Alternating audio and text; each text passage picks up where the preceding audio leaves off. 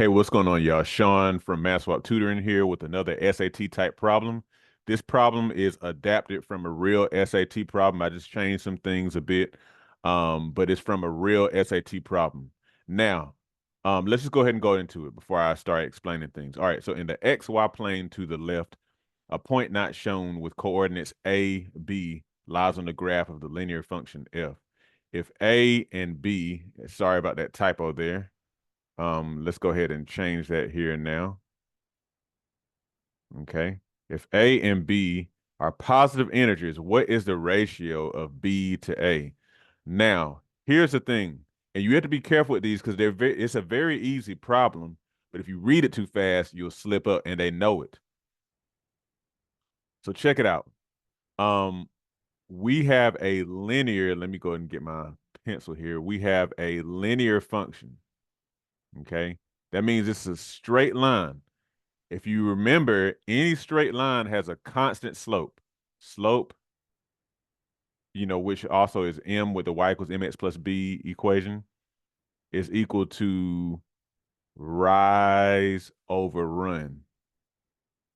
And the rise is associated with the y-axis. Run is associated with the x-axis. Now, it has a constant slope, which means that no matter what point you select on the line, it never changes. So when they talk about the ratio of b to a, then that is what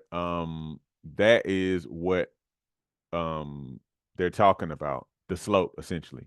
Now, be careful with the order. Order matters. And I'll explain that in a second. Now, because the slope is the same no matter what point you pick, the slope is always going to be rise over run, y over x. Okay? So, they're asking the ratio of b to a. Now, the thing to keep in mind is that they're asking the ratio. So at some point A, B, they want the ratio of B to A. Okay. And so we know that that's going to correspond to the same kind of deal here. So it'll be the ratio in this case of 12 to 4.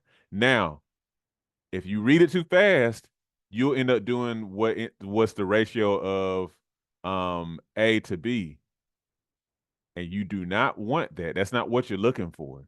So please slow down and make sure that you read the problem correctly.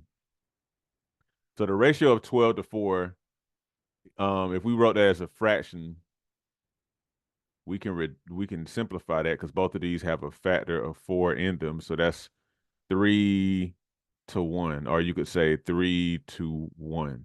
So therefore, the ratio of B to A is going to be 3 to 1, not 1 to 3, but 3 to 1. Again, easy, but I don't want you to rush through this and miss it because when I was doing the actual SAT problem, I was like, oh, easy. And I rushed through and I missed it. Okay. Easy to miss, but that's easy points to get on the SAT, y'all. All right.